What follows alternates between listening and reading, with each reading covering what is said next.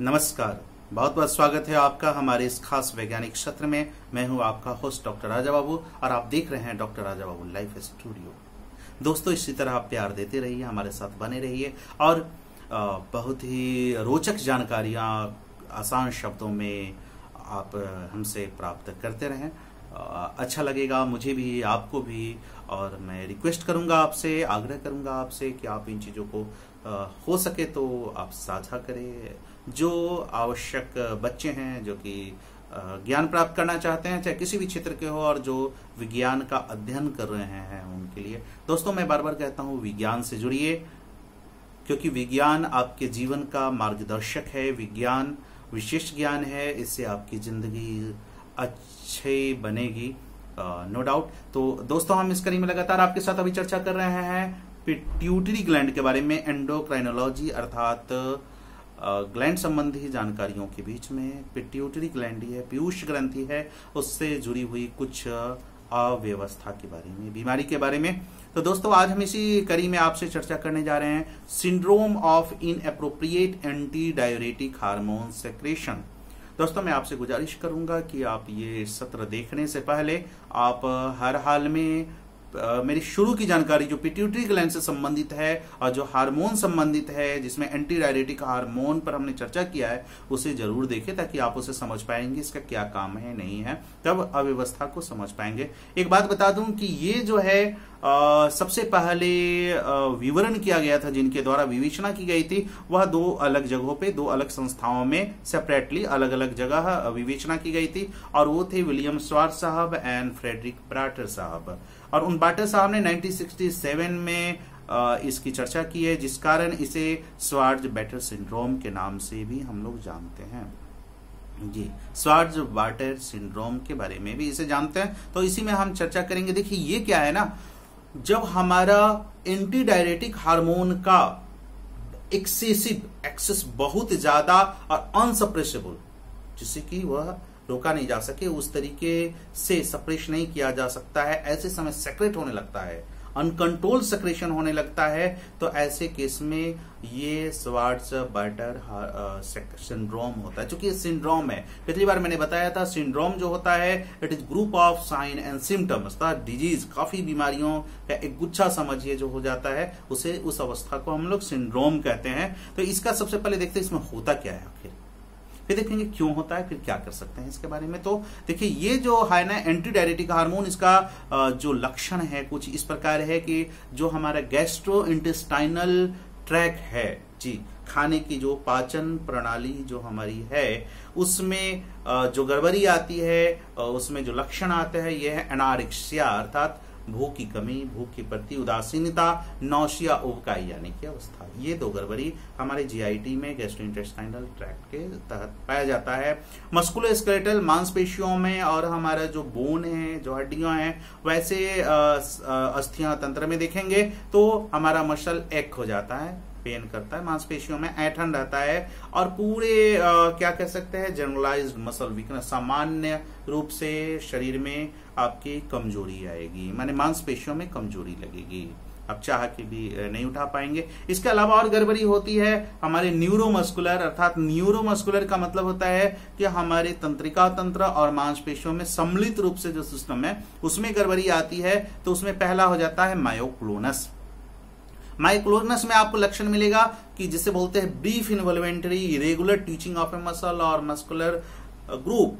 किसी खास मांसपेशी समूह में देखेंगे तो ट्विचिंग होगा लगातार और लंबा होगा, इन्वॉल्वेंटरी नहीं चाह रहे हैं तो भी ट्विचिंग होता रहेगा, अनियमित होता रहेगा, ऐसी गड़बड़ी होगी। रिफ्लेक्स डिक्रीज करेगा, आप किसी चीज के प्रति अगर कुछ आया भी तो तुरंत आप उस पर प्रतिक्रिया नहीं दे पाएंगे। एटेक्सिया हो जाएगा, एटेक्सिया बोलते हैं lack of voluntary coordination of muscle movement. आप नहीं चाह रहे हैं तो कि वॉलंटरी कोऑर्डिनेशन में एकदम कमी आएगी, जैसे गेट चलने में है ना, जो चलने की क्रिया है, एबनॉर्मलिटी, गेट में एबनॉर्मलिटी आएगी, स्पीच चेंजेज होगी, बोलने में भी आप लड़खड़ाएंगे, चाह के नहीं बोल पाएंगे, जो वोलेंट्री कोऑर्डिनेशन है वो गड़बड़ा जाएगा आपका। और कुछ बीमारी जन्य होता है, ये सब गर्मी की बीमारी जन्य, जैसे उसमें हाँ बता दें कि जैसे हाँ आपको एटैक्सिया में आई मूवमेंट में भी एबनॉर्मलिटी देखेंगे किधर चला जाएगा किधर, क्योंकि वोलेंट्री लैक हो जाता है, हमारा कोऑर्डिनेशन लैक हो जाता है, हम चाहते कुछ है होता कुछ है।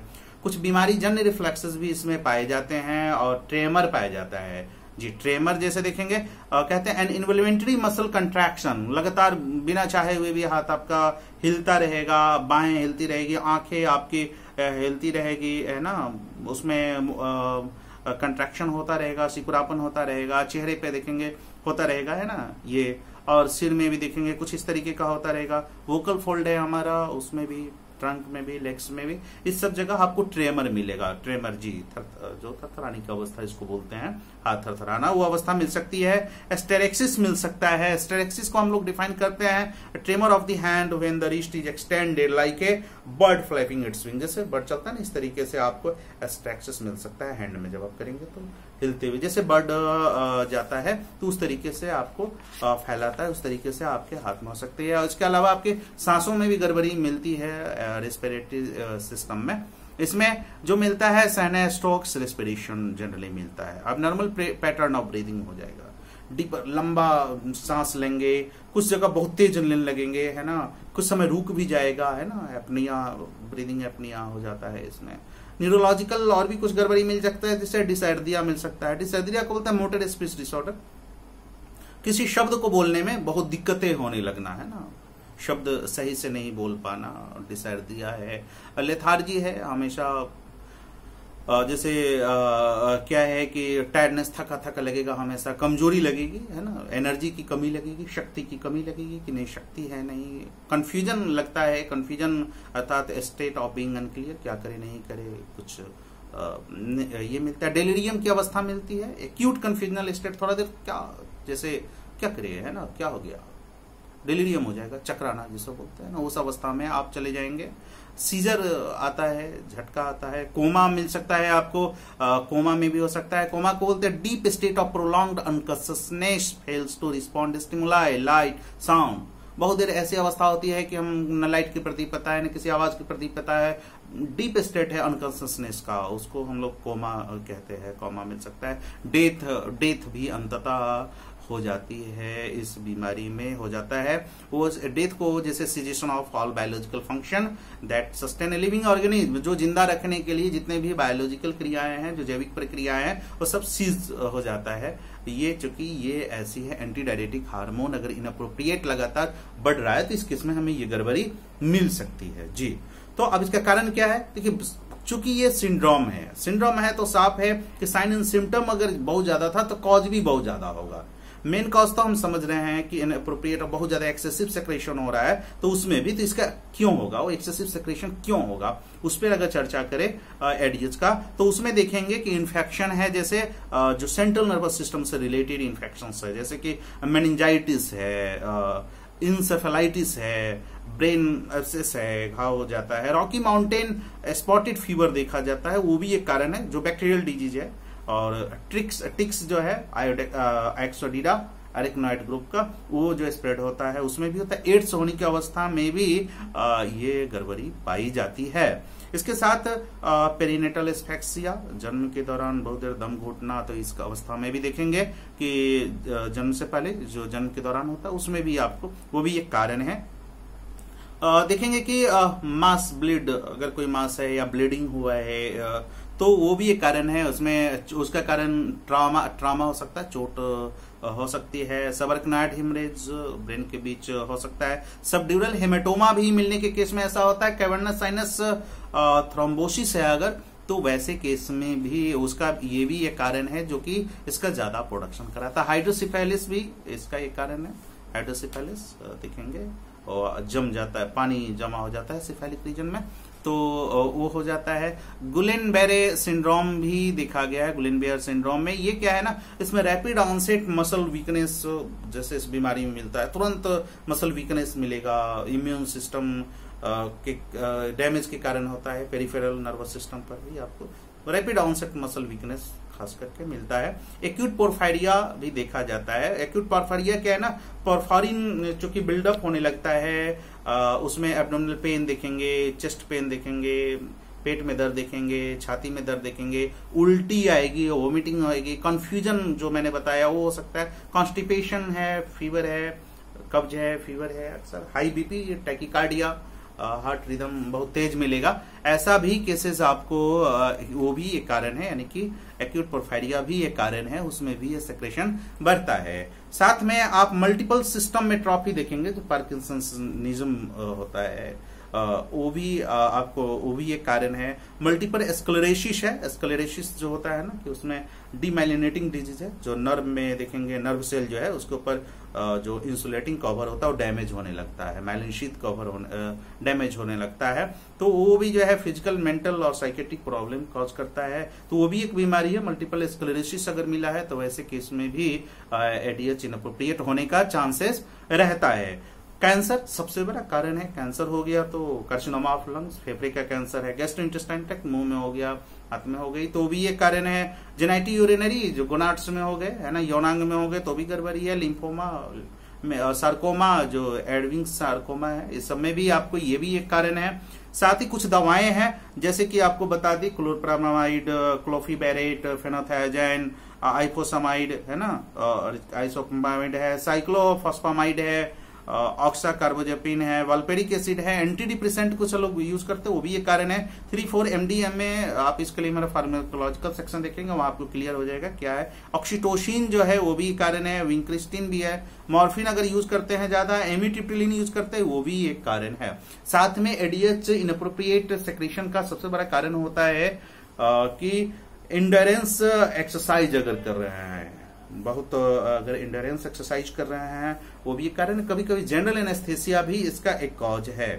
सामान्य अगर निषेधना देते हैं, सामान्य निषेधना पूरे शरीर में देते हैं तो भी है, हेरिडिटरी कॉज भी है, जेनेटिकली भी ये कारण है। और सार्कोडोसिस भी होता है। सार्कोडोसिस में क्या होता है ना, इन्फ्लामेटरी सेल जितना है लंप ग्रेनुलोमा खास करके नॉर्मल कलेक्शन उसका हो जाता है, तो वो भी एक कारण देखा गया है। इसका सबसे अहम कारण वो भी है। अब सबसे बड़ी बात आती है कि ये है ही, देखिए तो इसमें कैसे जानेंगे, क्योंकि क्या है, क्यों है, कैसे है, तो इसकी चर्चा में देखते हैं। देखिए विज्ञान के जनरली 2-3 क्वेश्चंस होते हैं जिस पर हम लोग वैज्ञानिक अध्ययन करते हैं, क्योंकि मैं बता दूं कि साइंस जो होता है ना, मूलतः वह सिस्टमैटिक नॉलेज होता है, क्रमबद्ध ज्ञान होता है, और specific knowledge about any object. उसमें सबसे पहले थ्रो हाइपोथेसिस, हम कल्पना करते हैं, फिर ऑब्जर्वेशन, अवलोकन करते हैं, और उसके बाद हम क्या करते हैं, एक्सपेरिमेंट करते हैं उस चीज पर। और बिना एक्सपेरिमेंट के साइंस बिल्कुल तथ्यों पर आधारित होता है। अगर तथ्य नहीं है, तथ्य की पुष्टि नहीं है, तो उसे हम विज्ञान की श्रेणी में नहीं रखते हैं, उसे हम कल्पना, हाइपोथेसिस मानते हैं, कंसेप्ट हो जाता है वो हमारा। It is not theory, it doesn't make as a theory. तो क्या है, अब इसका डायग्नोसिस कैसे इसका नैदानिक परीक्षण करेंगे, वो क्या होगा, तो उसमें सबसे अहम चीज है, क्योंकि एडीएस हम जानते हैं कि यूरिन रिटेंशन के लिए जिम्मेदार है, तो हम यूरिन एनालिसिस करेंगे। यूरिन एनालिसिस करेंगे जिसमें हाई कंसंट्रेटेड यूरिन अगर हाई सोडियम के साथ मिलता है, लो अगर हमारा ब्लड यूरिया नाइट्रोजन मिलता है, लो यूरिक एसिड अगर मिलता है, क्रिएटिनिन लेकिन नॉर्मल मिलता है, या सोडियम लो मिलता है, फ्रैक्शनल सोडियम एक्सक्रेशन के चलते निकलता है, अब नॉर्मल वाटर लो टेस्ट करेंगे, है ना, उसको करेंगे, और प्लाज्मा में एवीपी एलिवेटेड है अगर मिलता है, तो ऐसे केस में हम समझ जाएंगे कि ये बीमारी है। अब आते हैं ट्रीटमेंट में। ट्रीटमेंट में बताने से पहले मैं आप लोगों से फिर से गुजारिश करता हूं कि आप किसी भी अवस्था में स्वयं दवा ना लें। आप जो चिकित्सा कर्मी हैं, जो इसके विशेषज्ञ हैं, उनके परीक्षण में जाए, उनसे आप एकदम स्पष्ट हो लें कि यही बीमारी है ही। देखिए बिना शरीर परीक्षण, शरीर आपका है, बिना परीक्षण किए कुछ भी डाल देना ठीक नहीं है। तो दवा स्वयं नहीं लेंगे कि नहीं ठीक है, मैंने वीडियो देखा था, ऐसी जानकारी थी, जानकारी रखिए कि हाँ जब दवाई दी जाती है कि नहीं है, क्या करे नहीं करे, तो इसको जरूर रूप से देखेंगे। तो इसके लिए हम सबसे पहले क्या है, दवा का जो एम है ना मेन, कि जो भी अंडरलाइंग कॉज है, जितने भी कारण है, उस कारण को हमें बाहर करना है, उसे हटाना है, पहला पर्पस है, एम होता है उसका। देखिए इस केस में अगर माइल्ड एंड एसिम्प्टोमेटिक हाइपोनेट्रेमिया मिलता है, सोडियम की कमी मिलती है, अगर माइल्ड हल्का सा है, कारण नहीं भी आ रहा है, तो ऐसे में सबसे बड़ी चीज क्या है ना, पर्याप्त मात्रा में सॉल्यूट इंटेक करें, है ना, और फ्लड रिस्ट्रिक्शन करेंगे। देखिए ऐसा देखा गया है कि लंबा समय अगर 1200 से 1800 ml पर डे अगर हम फ्लूइड रिस्ट्रिक्ट कर देते हैं लंबा समय के लिए, तो ये केसेस मेंटेन हो जाता है। दूसरा है कि अगर मॉडरेट एंड सिम्टोमेटिक हाइपोनेट्रेमिया है, सिम्टम भी आ गया है, मॉडरेट है, थोड़ी ज्यादा अवस्था है, अगर सोडियम की अवस्था भी कम है, तो ऐसे केस में क्या है ना कि हमारा पर्पस होगा कि सोडियम लेवल बढ़ाने का। First day generally sodium level हम लोग बढ़ाते हैं तो उस समय फ्यूरोसेमाइड यूज करते हैं जी।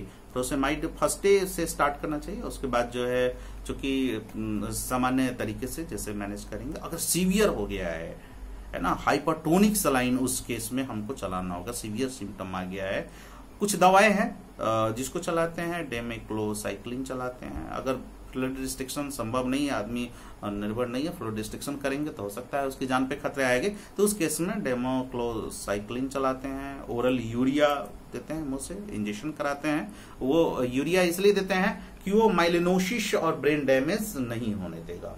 इसके अलावा कुछ दवाएं हैं, कोनिबाप्टेन है, टोल्वाप्टेन है, ये सब चीजें यूज करते हैं। तो ये आज के बारे में मैंने चर्चा किया आपसे, syndrome of inappropriate antidiuretic hormone secretion, अर्थात कि विलियम स्वार्ट्ज और फ्रेडरिक ब्रैटर साहब द्वारा डिस्क्राइब, इसको हम लोग स्वार्ट्ज ब्रैटर सिंड्रोम के नाम से भी जानते हैं। तो मुझे लगता है कि आप लोगों को ये जानकारी जरूर पसंद आएगी और कुछ न कहीं काम है। वैसे मेरा जीवन का है कि अगर मेरा कोई भी जीवन का एक पल की जानकारी आपके सामने साझा करने से किसी की जिंदगी अगर सहेज जाती है, आप ज्ञानवर्धन होता है। कोई ऐसे बच्चे जो कि शहर नहीं पहुंच पाते हैं, मैं प्रत्येक चीज पर रूबरू करके जानकारी देने की कोशिश करता हूँ, विद्वानों नहीं। और जो विद्वत भ्रातृजन है, गुरुजन है, इसको अन्यथा न ले, आप आशीर्वाद दे। जहां कमी है मुझे कहे कि यहाँ सुधार करो, मैं बिल्कुल सुधारने की कोशिश करूंगा। आप लोग का ही मार्गदर्शन है कि कहीं ना कहीं मैं 2 शब्द कोशिश कर रहा हूं बताने का, क्योंकि इसमें कुछ टेक्निकल टर्म्स है, कुछ मेडिकल टर्म है। मैं जानता हूं मुश्किल होता है समझाना, लेकिन थोड़ा सा समझने की कोशिश करेंगे तो बिल्कुल समझ जाएंगे, क्योंकि विज्ञान का कहीं ना कहीं आधार हम लोग आजकल ऐसे लैंग्वेज से है जिससे। तो बस इसी के साथ दीजिए अपने प्यारे दोस्त and host doctor Raja Babu को अलविदा। और आप देखते रहिए doctor Raja Babu life studio और लोगों को साझा कीजिए, ज्ञानवर्धन कीजिए और कमेंट में आप जरूर मुझे जानकारी दें। आप पूरा देखें और आप प्यार बनाए रखें, सब्सक्राइब कर लें, शेयर करें और लाइक भी करें, कमेंट भी करें। जहां दिक्कत हो हमारा व्हाट्सएप नंबर है, आप उस पर मुझे जानकारी जरूर पूछें, मार्गदर्शन करें। और इसी के साथ दीजिए